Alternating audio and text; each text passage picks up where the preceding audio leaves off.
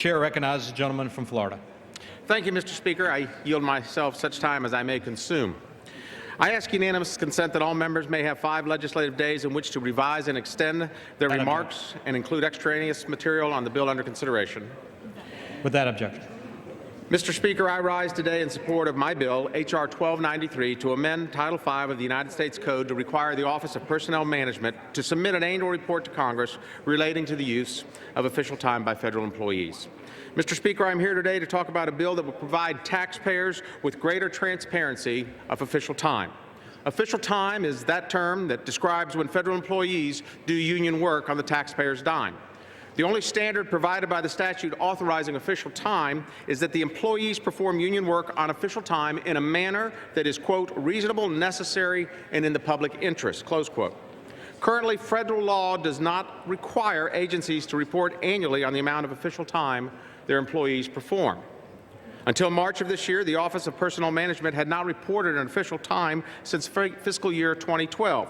When the report was released in March, the data was out of date, containing information from fiscal year 2014.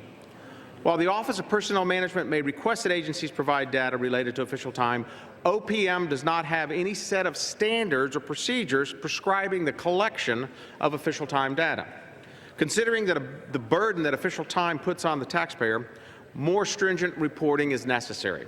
The latest data provided by OPM shows that taxpayers paid $162 million for salary and benefits related to work done in official time in fiscal year 2014, up from $157 million 2 years earlier in fiscal year 2012.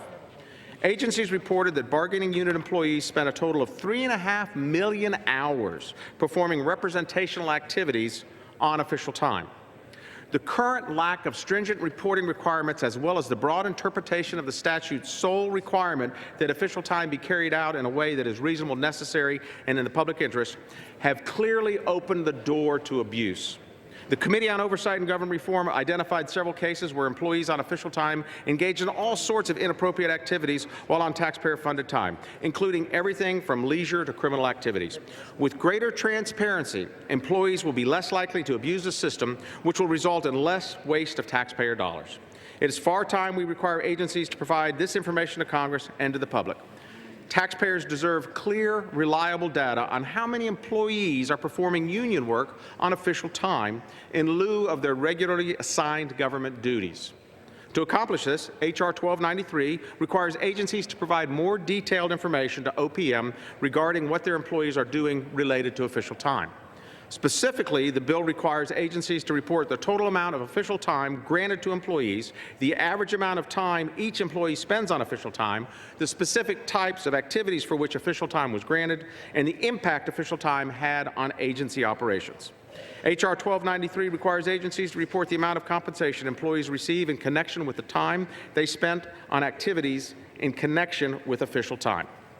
Finally, the bill requires agencies to report a description of rooms and spaces agencies use to conduct official time. H.R. 1293 will provide taxpayers with the transparency they deserve when it comes to official time. Mr. Speaker, I urge my colleagues to support this bill, and I reserve the balance of my time. Gentleman reserves. The gentleman from Virginia, Mr. Connolly, is recognized. I thank the Speaker.